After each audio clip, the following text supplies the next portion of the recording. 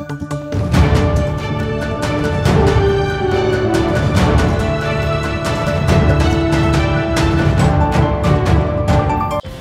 मी Amita. News uncut मध्ये आपल्या सर्वांचं स्वागत. बातमीपत्रात सविस्तर बातम्यांचा आढावा घेणारच आहोत, मात्र त्याआधी नजर टाकूयात महत्त्वाच्या हेडलाईन्सवर.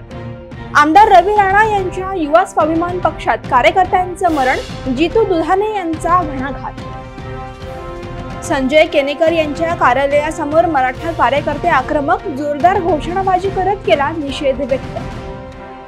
महायुतीचा मुंबईतल्या जागांचा फॉर्म्युला ठरला. अजित पवार गटाला 3, शिवसेनेला 15 तर भाजपला 18 जागा.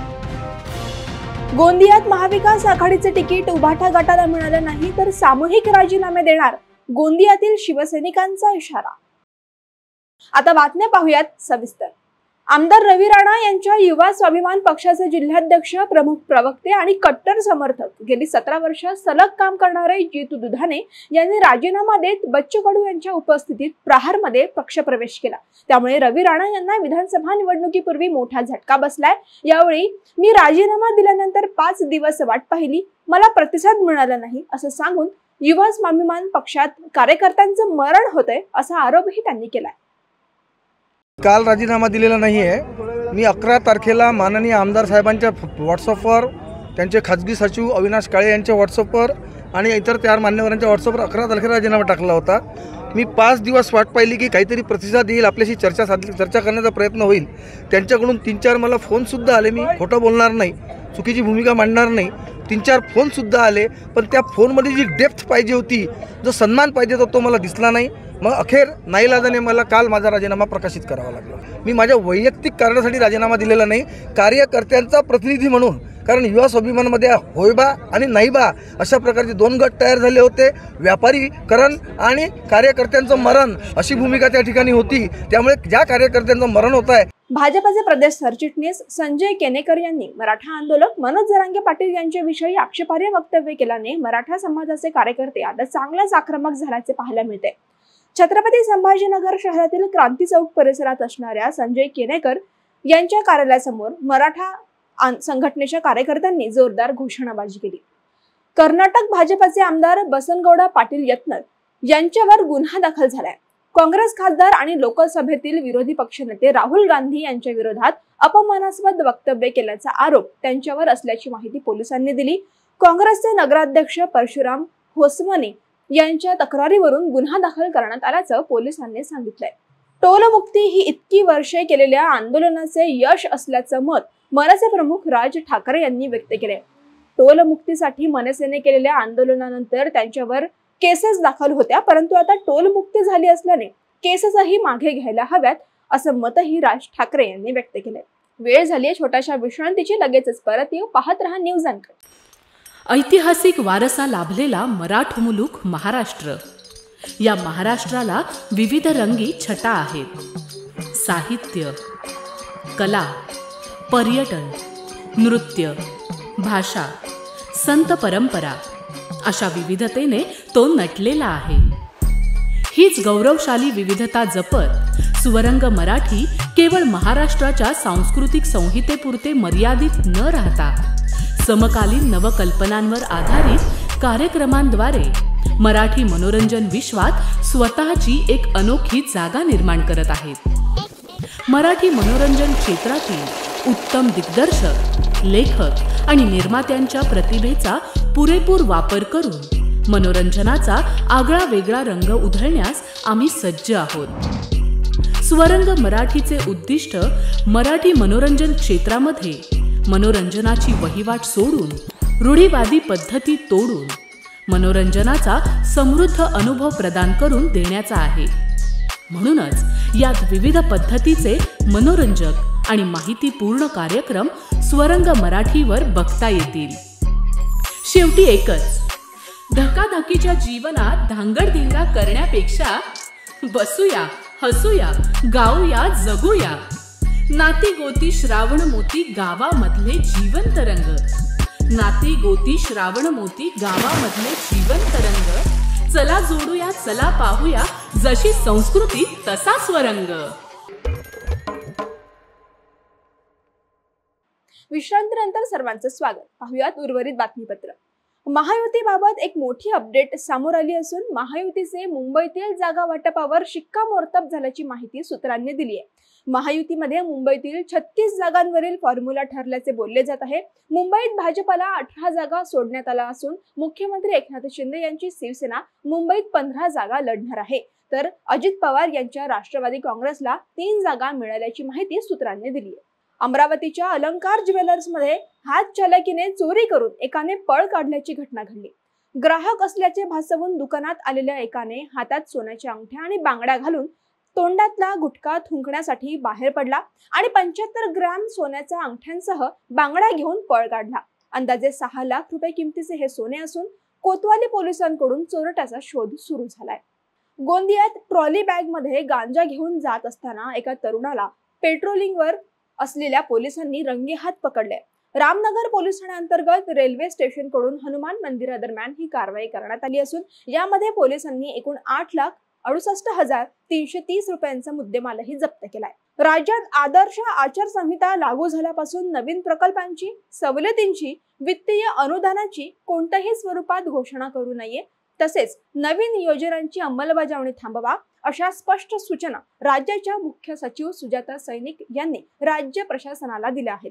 सर्व सचिव तसेच प्रशासकीय विभागांना पत्र लिहून त्यांनी या सूचना दिल्या आहेत. वेळ झाली छोट्याशा विश्रांतीची, लगेचच परत येऊ. पाहत रहा न्यूज अनकट.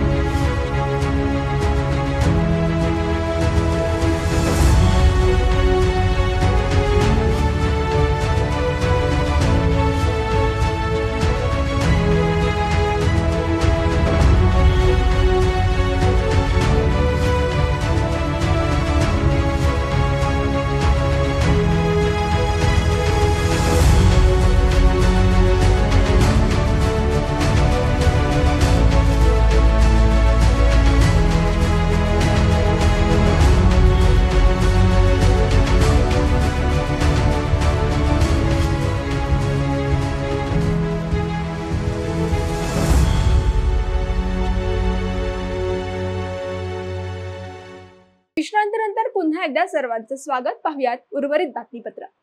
आगामी काळात होऊ घातलेल्या विधानसभा निवडणुकीच्या पार्श्वभूमीवर सर्वच पक्षांनी आपली मोर्चे बांधणी सुरू केली आहे. गोंदिया विधानसभेसाठी महाविकास आघाडीकडून उद्धव बाळासाहेब ठाकरे पक्ष तसेच काँग्रेस पक्ष आग्रही असून नुकतेच भाजपमधून काँग्रेसमध्ये आलेले गोपाल अग्रवाल यांनी मोर्चे बांधणी सुरू केली आहे. तर शिवसेना उद्धव बाळासाहेब ठाकरे पक्षाने आम्हाला तिकीट मिळाले नाही तर आम्ही सामूहिक राजीनामे देणार असा इशारा दिलाय.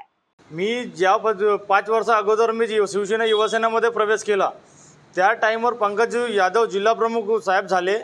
या विधानसभामध्ये एवढ्या चांगल्या पद्धतीनं काम केलं आहे. या विधानसभा क्षेत्रामध्ये ना चांगले काम केलं आहे न शिवसेनेला महाविकास आघाडीमध्ये तिकीट भेटणार नाही तर निश्चितच आपण शिवसेना युवासेना पूर्ण आपण इस्तीफा देऊ हे निश्चित आहे. जर या विधानसभेत महाविकास आघाडीतर्फे उभाटाला तिकीट नाही मिळाले तर आम्ही सर्व लोकांनी जिल्हा प्रमुख साहेबांकडे एक पत्र पण दिलेलं आहे की आम्ही जर उभाटाला तिकीट मिळाले नाही यावेळेस तर सर्व लोक सामूहिक इस्तीफे देऊ आणि काय करायचे ते नंतर आम्ही बघू.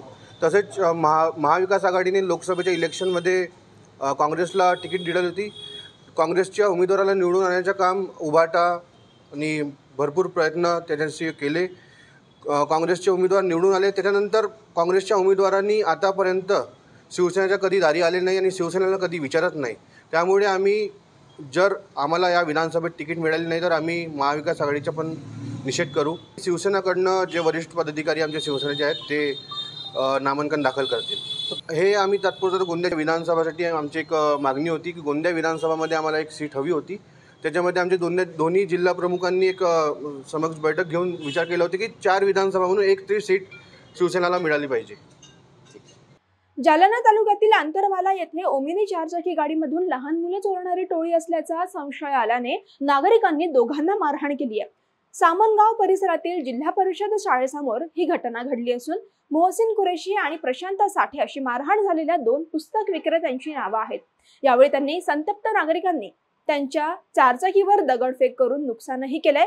या प्रकरणी तालुका जालना पोलीस ठाण्यात तक्रार दाखल करण्यात आली असून अधिक तपास पोलीस करतात।